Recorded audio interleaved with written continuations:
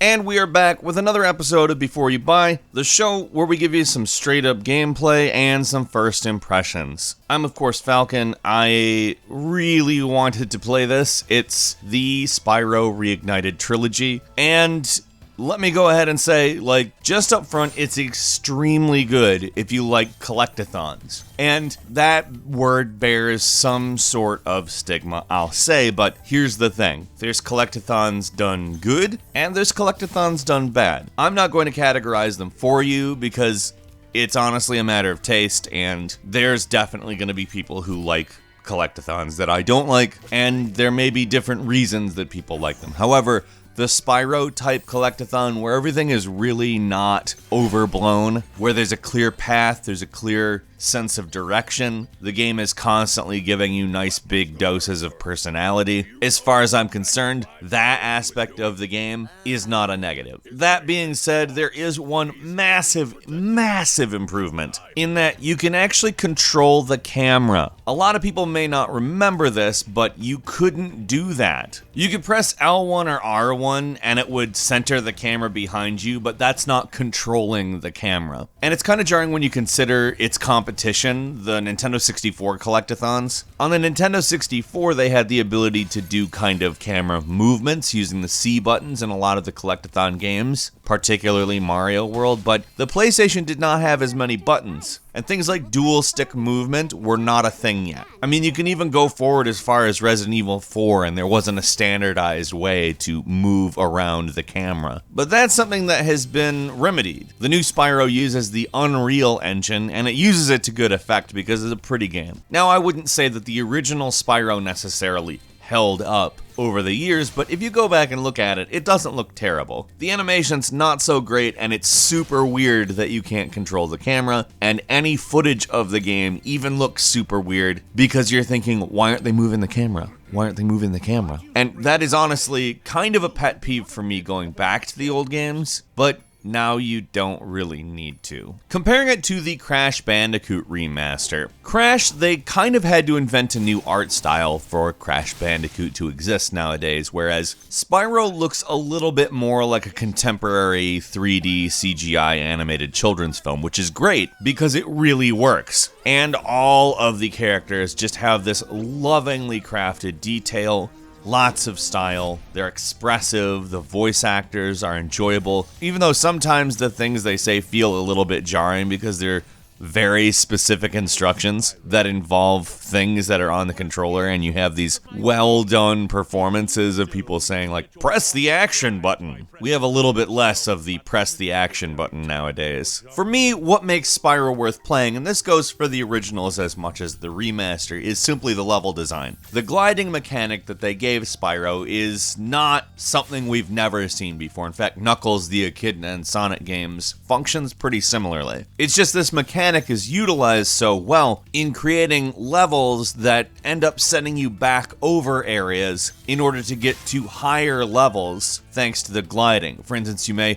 run across in a certain direction, climb something, and then run back over to something you may have seen up above you prior but couldn't reach. You glide to it and you progress, and there's always a sense of, oh, here's a new thing. Whereas with a lot of collectathon type games, it often would feel like retreading certain areas constantly. I know that this is what turned me off of a lot of these types of games from this era, where Spyro, I think, worked pretty well. And it still works pretty well, but I'll say this, you get 3 games here, and none of them are particularly different from each other.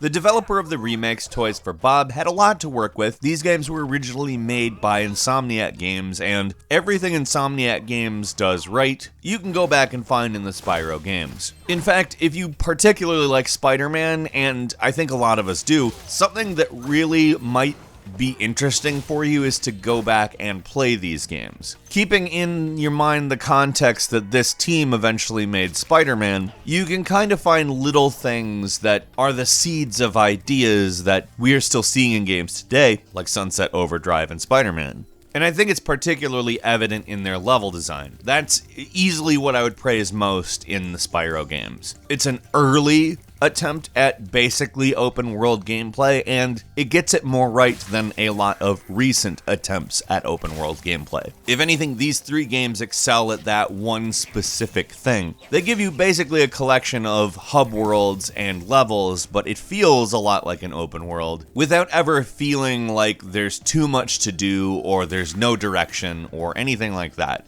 It's just dynamic level design that understands there should be an actual goal as you're doing things, and if you orient the gameplay around that, the game tends to be more fun. Now, if you just plow through these games, you may end up getting a little impatient because they're not really games that are designed to, introduce a ton of new stuff as you play. Most of the mechanics are available in the first game that you will be using for all 3 of these games. That being said, when they tried to add mechanics to Spyro later in the reboot series, it was I definitely prefer the gameplay of these games, and it's nice to go back to it without having to, have an awful camera system and with gorgeous visuals. And while I do think that the gliding mechanic and the level design's utilization of it is basically the reason you should play Spyro, it's not without its flaws. There are areas where you will get lost and you have no idea what the hell you're doing or why you're still playing the area, because it feels like you've explored every corner of it, but oops, hey, there's something behind that tree, or there's some bushes that blocked the view of that door. But let's just go ahead and say that's pretty much the worst part about the game, and that's fairly minor. As the series progresses, the bosses get a lot better, particularly you start seeing more mini games, little additional things, and it's all pretty worthwhile because honestly, it's just fun to play the game. It's fun to enter into a new area, glide around, try to find out what you're supposed to do, try to find what you're looking for, and all of that. And I'm not going to sit here and tell you that you'll definitely like this game if you don't like collectathons, but if you don't outright just hate the idea of collecting items, or you're even just open to seeing a version of that is actually really, really streamlined and fun, and also understand that Insomniac Games are master designers and that all of their concepts still hold up today pretty damn well, then this is worth it. It's $40. It's not even a full price game. You get 3 games and they're all fun. They are all a lot of fun. Not particularly complex fun, and for some people that may turn them off, but not me. I'm personally just fine with a platformer that does what it sets out to do quite well. Are you with me on that? Have you played Spyro? Or are you going to play Spyro? Leave us a comment, let us know what you think, and if you like this video, please click like. If you're not subscribed, now's a great time to do so. We upload brand new videos every day of the week, so click that subscribe button, and do not forget to click that notification bell. As always, thank you very much for watching this video. I'm Falcon. You can follow me on Twitter at FalconTheHero, and we'll see you next time right here on GameRanks.